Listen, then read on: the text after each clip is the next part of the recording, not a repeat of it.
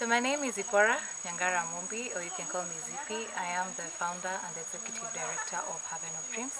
Haven of Dreams is a community-based organization working towards addressing issues of mental health, including intergenerational trauma, and helping the community to adapt to mental health issues and have psychological resilience. So today is also the 10th of October, which also is World Mental Health Day, where we commemorate mental health in the world, bringing people together to address issues of mental health. And the theme for this year is mental health is a human right. And so where we are here today, I'll give a brief of why we are here today. Today we are joined together with a team of psychologists and a team of a class of advocates, or rather what we call mental health advocates. We have partnered with the KNLS Nakuru branch to provide trainings on mental health to the community members. We came to a realization that there's what people think and imagine about mental health, and then there's what is the reality. And one of the things also, we know that when it comes to issues of access to mental health, as much as we are a digital world, we go and ask signs of depression, signs of anxiety, people do not have the right information on mental health. And if we go by the statistics that 1 out of 4 persons will have a mental health condition at some point in their life, we then saw that there is a need to demystify the myths and misconceptions around mental health, and bringing a pool of psychologists, mental health champions, just to do that. Because for us to change the world and for us to change the narrative around mental health, we then need to change at least a few people who then are going to go to the community, and it's going to be a ripple effect. And of course, going back to our African society, when you're talking about mental health, the first thing that you hear is ni wendazimu, ni uchawi, ni familia, familia ilirogwa, endelea kuomba, and such kind of things. But in reality, mental health issues are real to us, and we are so good in masking what we are going through. And also, the reality is, when you are having a headache, the truth is you will go to a chemist or you go to a hospital to get the medicine. But when it comes to mental health, where are we going to? Are we seeking the right help? Are we seeking the right help and help from the right people? So what we have done is that for the past 10 weeks, we've had intense classes twice a week with this class, just to train on mental health. And some of them have said, I came in wanting to know how to deal with the other people, but in reality, I needed to know how to deal with myself. And so we are coming towards the end of the class, and we thought, instead of having a normal class in the library, then why not have this class out in nature? Why not come together and just share the lessons that we have learned, share the things that we have seen, and how we have grown as individuals. Because most of the times we think, when you're talking about mental health, or when you go to a mental health class, it's about the other person. But it's actually about you as a person, to be able to introspect, to be able to get to a point of self-awareness. And when you get to a point of self-awareness, you do not start blaming yourself that something is wrong with you. You begin asking yourself, what happened to me, and then how can I become better? So for the past 10 weeks, we've had this session. We've enabled the participants and the class to become better versions of themselves. And I think one of the things that is so humbling to me and Esther, the facilitators that are here, is the fact that people now saying that I have changed, I have become a better parent, I have become a better individual, I'm able to understand that nothing is wrong with me, and I'm also able to take up responsibility over my life and to decide that these are the boundaries that I will take and I will make, and this is the kind of life that I want to live. So I did not do it alone. We had a pool of psychologists, actually 5 psychologists, that would take turns to train the class and just to be able to be here and present to give the information.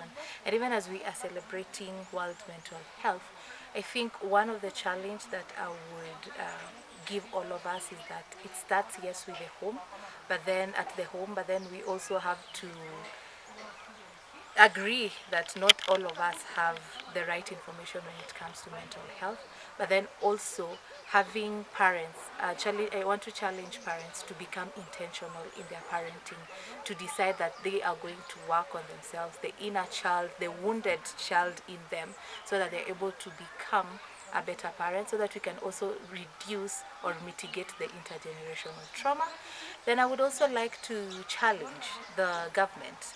One of the things and the gap that is there, especially in Nakuru County, even in our CIDP, is the fact that there is no specific or standalone budget for mental health. And we talk about having youth-friendly centers, but then these youth-friendly centers are not equipped. So it's just a matter of challenging the government to ensure that there's a budgetary allocation for that, but then also challenging the community, because when they go through public participation and they're able to raise the concerns and the gap that is around mental health, then it's also possible for the government to have a budgetary allocation so that we can have access of mental health services. Thank you. My name is Esther Wangoi. I'm an entrepreneur. I'm also a counseling psychologist, and we are here because it's Mental Health Day, World Mental Health Day. And one of the key things that I would like us as a society to understand is that our mental health is very important, because as children, our perception towards the world is shaped in those formative years. Before we can create the world with our minds are created and shaped in those formative years, 0 to 7 years. And as Zippy has talked about how it is important for parents to practice intentional parenting, we will not do it if we don't know how. So we need to, as a society, we need to come to the table and sit down and discuss about how important it is for us to focus on our mental health, because for years we have been focusing on the physical and on the spiritual, and we have ignored the psychological aspect. Because as Zippy asked, when you have a mental health issue, where do you go? Because when we know where our bodies are sick, we go to the hospital. When we need spiritual help, we go to churches, to mosque. But when we have mental health issues, where do we go? So we need to create awareness that our minds are very important, because with our minds, our perception towards life is shaped. And if we truly want to create better brains, we need to start paying attention to how we are feeding these brains, how we are developing them. Because if we do not go back to those formative years and look at how we are parenting, look at our level of emotional intelligence, look at how we treat ourselves, then nothing outside here is going to change. Because change first begins with us.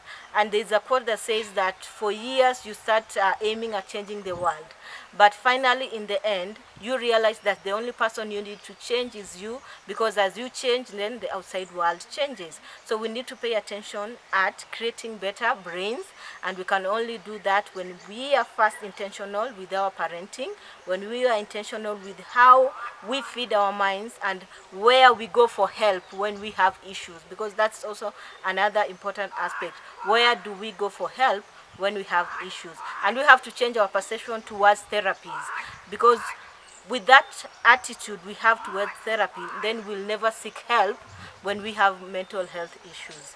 So I would want to urge people, when they have mental health issues, to seek help in safe spaces and to change their perceptions towards therapy, towards seeking help and speaking out about their mental health struggles. Thank you. So we are a group of 30 people who have been empowered, who have been impacted. We have learned. I was telling our facilitators initially when we came to this class, some of us just came as a way of escape because of how our lives have been, and literally we had sessions which in our society currently people are unable to afford.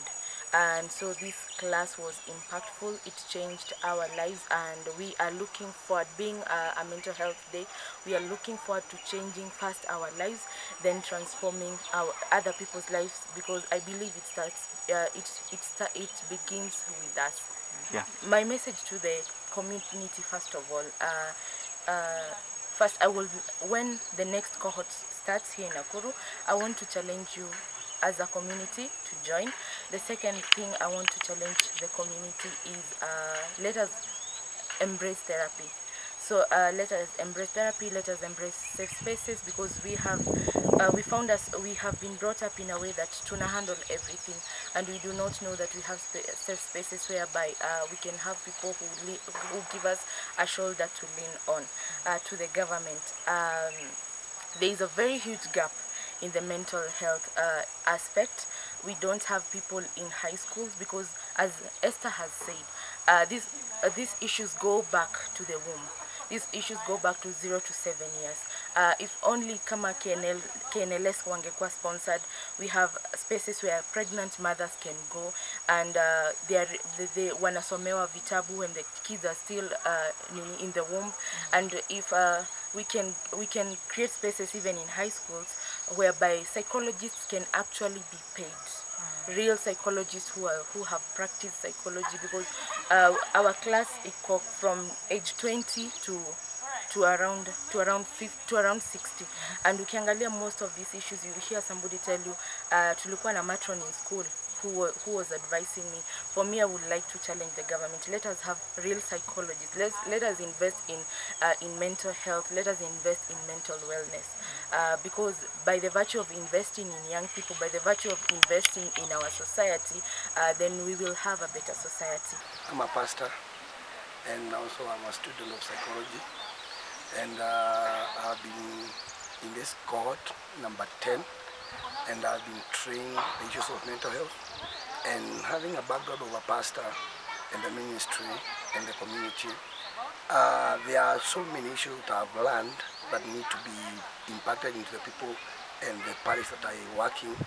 And there is a concept where even the pastors need to be impacted with the issues of mental health, because many times you find, even we pastors, we are finding people, and people are coming to us with a mindset where they think whatever is happening to them is a spiritual an issue to do with their health, or maybe somebody have done something bad to them.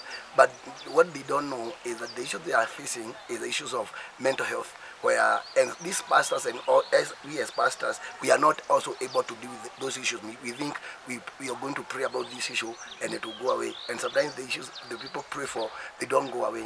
And so, having been in this class, I have understood the issues of mental health and the issues of how do you understand that you have a mental issue. And the issues of mental issue, people think in the mambo ya kukoroka or the mambo ya wazimu. And the issues of mental health is the issues of from when you are 0 years to 7 years. How are you brought up? How was your upbringing? How were you nurtured? How are your parents loving you, dealing with you? And even me myself, I had some issues and some situations in my life that this class was able to rectify and to correct and to demystify, because I did not understand why I was going through what I was going through and how I was reacting the way I was reacting. And until this class, the issues of grief. And in the year 2019, I lost my wife and a kid. And the grief was so dense, and I was in a depression for like 1 year. And nobody has ever given me an answer why things happen the way they happen. And until this class where I was able to understand and to learn the issues of how you grow over your grief and how you develop and become. And also the issues of emotional intelligence, how you relate with people, the self-regulation, the social skills, and how you deal with the relationships and all these things. And also the 5 languages of love, because a lot of people don't understand how they are partners. We have dealing with families, and sometimes we just tell families, mpende mke wako, mke mpende submit, and all those things. But do we go beyond that? Because when we understand the issues of love, the issues of emotions, the issues of their being, the languages of love, the issues of how do we people deal with their situations. The moment you understand those languages, you are able to deal with people more accurately, more the authentic. You are authentic in how you do things. And so this class today being a mental health day, the things I can say is also to the clergy. They need to enroll in the issues of psychology, and they need to relearn and learn this, not only the Bible but also psychology, because even in the Bible there are things. The Bible says in Romans chapter number 12 verse number 2, be not conformed to the world, but be ye transformed by the renewing of your mind. Our mind need to be renewed in a lot of things. There's a way we think, there are concepts that we have, that we got from our parents and our backgrounds, that need to be renewed, that your mind may start thinking in a new way. And this is the time you are going to understand the reason why you are in this. Because the Bible says, if your mind is renewed, you are able to know the good, the acceptable, and the perfect will of God. And we need to come to that realization of, I need a renewal of my mind. I need to have that spiritual concept of my life. And people need also to go to a place where there's a class like this. Even people in the church, they need to be trained in the issues of psychology, the issues of mental health, the issues of all those things they are bringing, the parenting, the family issue, the couples, all these things. These are very important things. And even in our church, using the psychologists, like now ZP and Esther here, we need them in our churches where they come and develop a concept and a curriculum where they are able to advise our people on things that they need to do. Because some things, they are not as spiritual as we think. Some things are psychological. You may say this is like a spiritual thing, but in the real sense, it's not a spiritual thing. It's a psychological thing. And so I advise people, I got the community, let's get together and let's do this together.